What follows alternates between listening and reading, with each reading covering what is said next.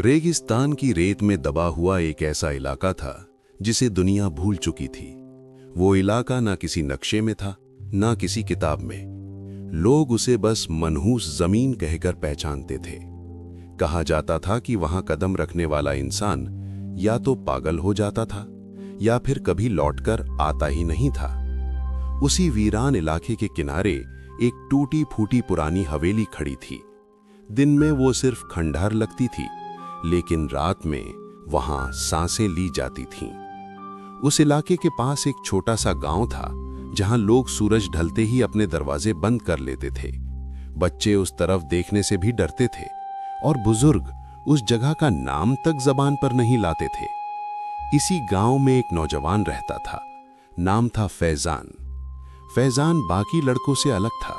उसे डर की कहानियों से डर नहीं लगता था, बल्कि उन्हें समझने की चाह थी।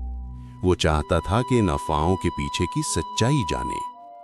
एक रात गांव के एक बूढ़े फकीर ने उससे कहा, बेटा, उस हवेली की ओर मत जाना।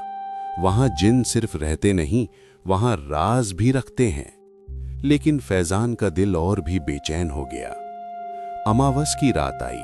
आसमान में एक भी तारा नहीं था। बादल चुपचाप चांद को निगल चुके थे। पूरा रास्ता अंधेरे में डूबा हुआ था।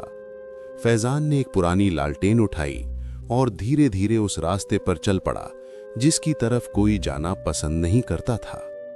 हवा अचानक ठंडी होने लगी। पेड़ बिना हवा के हिलने लगे। जैसे ही वो हवेली के सामने पहुंचा, दरवाजा खुद ही खुल गया। अंदर कदम रखते ही वो जैसे किसी और दुनिया में आ गया। दीवारों पर काले निशान थे, जैसे किसी ने खून से उंगलियां फेर दी हों।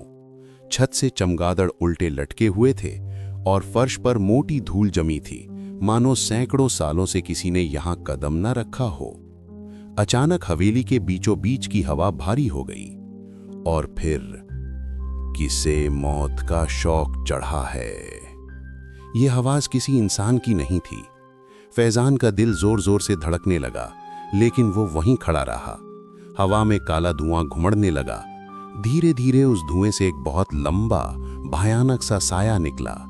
उसकी आंखें अंगारों की तरह जल रही थीं। वो जिन था। वो बोला, इंसानी बच्चा, तू यहां तक आ कैसे गया? फैजान ने डरते हुए कहा, मैं सच जानना चाहता हूं। जिन की हंसी पूरी हवेली में गूंज उठी। सच अक्सर इंसानों की अक्ल खा जाता है। उसने बताया कि यह हवेली कभी एक बहुत बड़े जादूगर की थी। उसी जादूगर ने सैकड़ों खतरनाक जिनों को तिलिस्म के जरिए इस जगह में कैद किया था। लेकिन अब वो तिलिस्म कमजोर पड़ रहा था। दीवारों में दरारें पड़ रही थीं, जमीन फटने लगी थी, और अगर वो पूरी तरह टूट गया तो अंधेरे की एक पूरी सेना इंसानी दुनिया में उतर आएगी।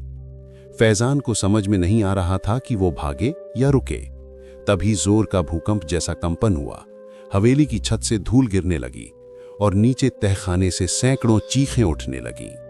जिन ने चीख कर कहा, अगर आज तूने सही रास्ता नहीं चुना तो सुबह की रोशनी कोई नहीं देख पाएगा।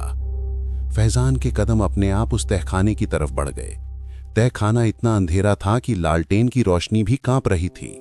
वहां दीवारों पर अजीब तिलिस्मी निशान बने हुए थे। बीच में एक पुराना पत्थर का चबूतरा था और उस पर रखी थी एक काली किताब। किताब अपने आप खुल गई और उसके पन्ने हवा में फड़फड़ाने लगे। फैजान के कानों में आवाज गूंजी, पढ़ो अगर हिम्मत है तो। उसने कांपती आवाज में मंत्र पढ़ना शुरू किया।